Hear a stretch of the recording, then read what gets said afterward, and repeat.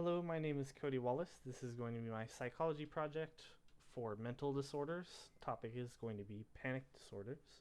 For a panic disorder, it is an anxiety disorder characterized as a unexpected or repeated episode of intense fear accompanied by physical symptoms.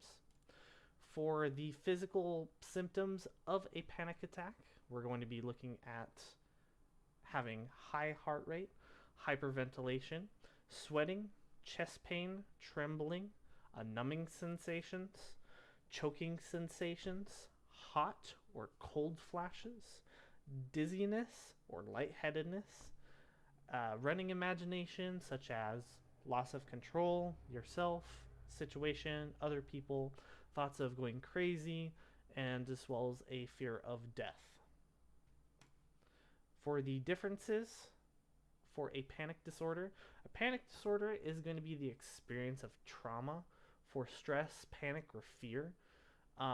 This cannot be exacerbated by any drugs, medical conditions, other mental illnesses or disorders. Um, but a panic attack can result from a panic disorder. A panic attack is going to be a period of time where someone experiences overwhelming fear or discomfort. And this can last for as long as 10 minutes. For quoting from our textbooks, there are around 23% of Americans that experience isolated panic attacks in their lives without meeting the criteria for a panic disorder, Kessler et al., 2006, indicating that panic attacks are fairly common.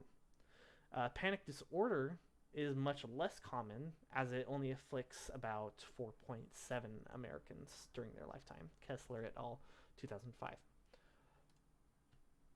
For the onset of a panic disorders have symptoms that typically happen from the late teen to early adulthood stage.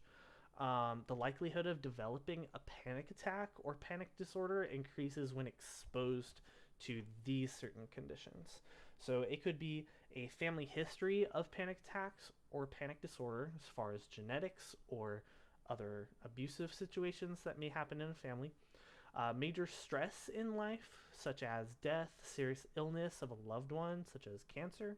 A traumatic event could be as sexual assault or abuse, um, or a serious accident.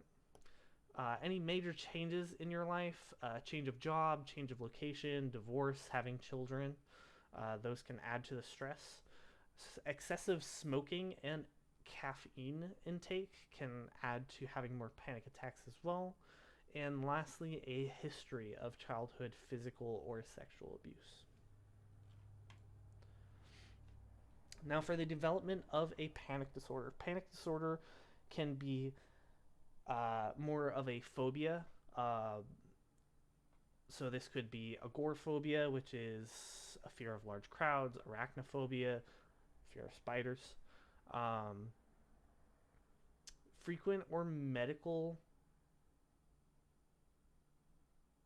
care or health concerns, medical conditions, um, fear of needles, fear of going to hospitals, fear of taking drugs, avoidance of social situations, problems at work. These can all lead up to depression and anxiety. These can add to developing a panic disorder. Suicidal thoughts, or attempts of suicide, these can create events of high stress, high PTSD, a lot of fear, whether it be of death or consequences or loved ones. And then lastly, substance abuse. Substance abuse can be caused from the aftermath of taking a substance. Usually it doesn't happen from the cause of taking a substance.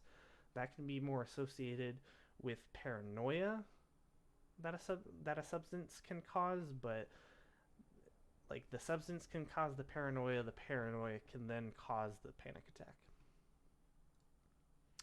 How to test for a panic disorder. First and foremost, getting a physical exam, going to see a PCP. Um, they also have behavioral techs where it's similar to a therapist, where someone is able to conduct a psychological evaluation. Someone be able to talk about what happened, what your fears are, symptoms, concerns, stressful situations, relationship problems, situations you've been avoiding, anything like that.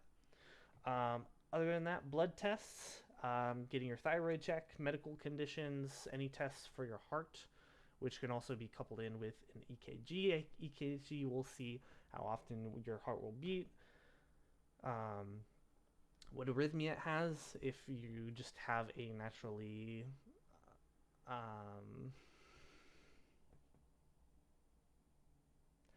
I used to know this, higher heartbeat or lower heartbeat.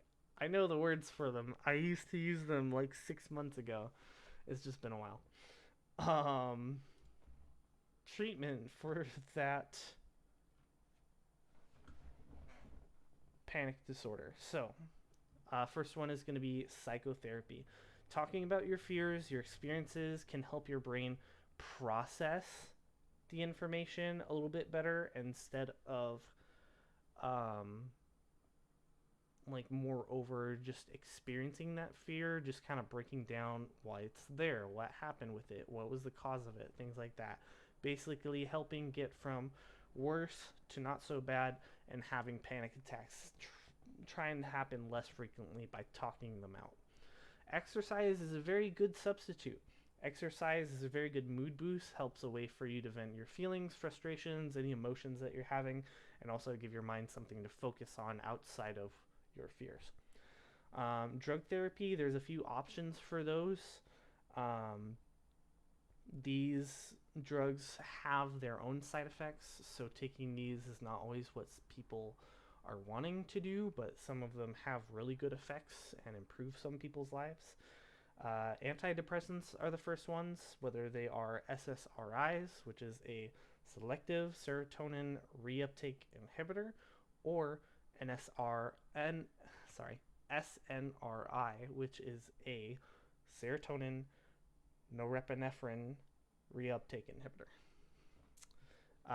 Aside from the antidepressants, you're also going to have beta blockers and anti-anxiety meds such as benzodiazepine.